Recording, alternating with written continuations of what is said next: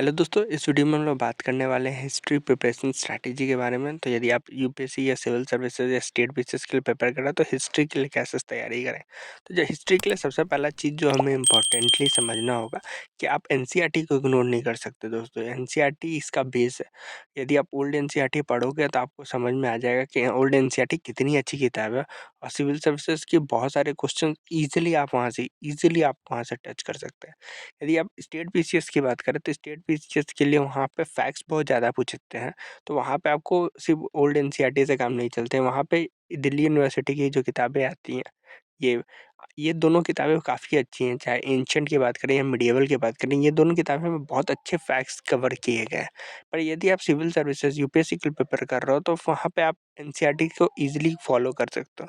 इसके अलावा test series जो देते हैं हम लोग, मॉक टेस्ट सीरीज, वहाँ से भी यदि आप कम से कम 300 400 500 क्वेश्चन जो होते हैं, वहाँ से भी आप उसके जो फैक्ट्स जो आपको नहीं आते उससे भी आप नोट्स बना सकते हो। क्योंकि यूपीएससी में जो हिस्ट्री पेपर है ना, वो बहुत टेक्निकल नहीं है, वो बहुत ही फैक्चुअल है और वहाँ पे आप 100% कन्फर्म कभी नहीं हो पाओगे कि यहाँ से तो अच्छे मार्क्स आ ही जाएँगे। ठीक है दोस्तों? तो हिस्ट्री में हमें एक लिमिटेड लेवल पे ही काम करना पड़ेगा और कुछ एरिया को हमें इग्नोर करना ही पड़ता है। तो यदि आप हिस्ट्री के लिए प्रिपेयर कर रहे हो तो थोड़े फैक्ट्स तो आपको रटने ही होंगे और मेजॉरिटी ऑफ टाइम आपको उसको रिवाइज़ करके ही चीज़ें याद कर सकते हैं। यदि आप मॉडर्न हिस्ट्री की बात करें तो मॉडर्न हिस्ट्री के लिए स्पेक्ट्रम काफ़ी अच्छी किताब है और ओल्ड एनसीईआरटी जो बिपिन चंद्रा वाली है वो भी काफ़ी अच्छी किताब है। दोनों में आपका अच्छा काम बन जाता है और बहुत सारे क्वेश्चन आपको इससे डायरेक्टली मिल जाते हैं। मैं एक चीज़ आपको ये ज़रूर कहना चाहता हूँ कि स्पेक्ट्रम का रिवीजन बहुत इंपॉर्टेंट है दोस्तों। बहुत सारे दोस्त मेरे स्पेक्ट्रम पढ़ते तो हैं पर उन्हें याद नहीं रह पाता। इसके पीछे मेन चीज़ ये है कि हम उसकी प्रैक्टिस नहीं करते। तो हमें बहुत सारी चीज़ प्रैक्टिस करने की भी ज़रूरत है, क्योंकि फैक्ट्स आप यदि रिवाइज़ नहीं करोगे तो वो आप भूल जाओगे। और यही मेन चीज़ है जो हम लोग हमेशा नोटिस करते हैं कि हम लोग रिवीजन अच्छा से नहीं कर पाते और चीज़ें हिस्ट्री में हम लोग भूल जाते हैं।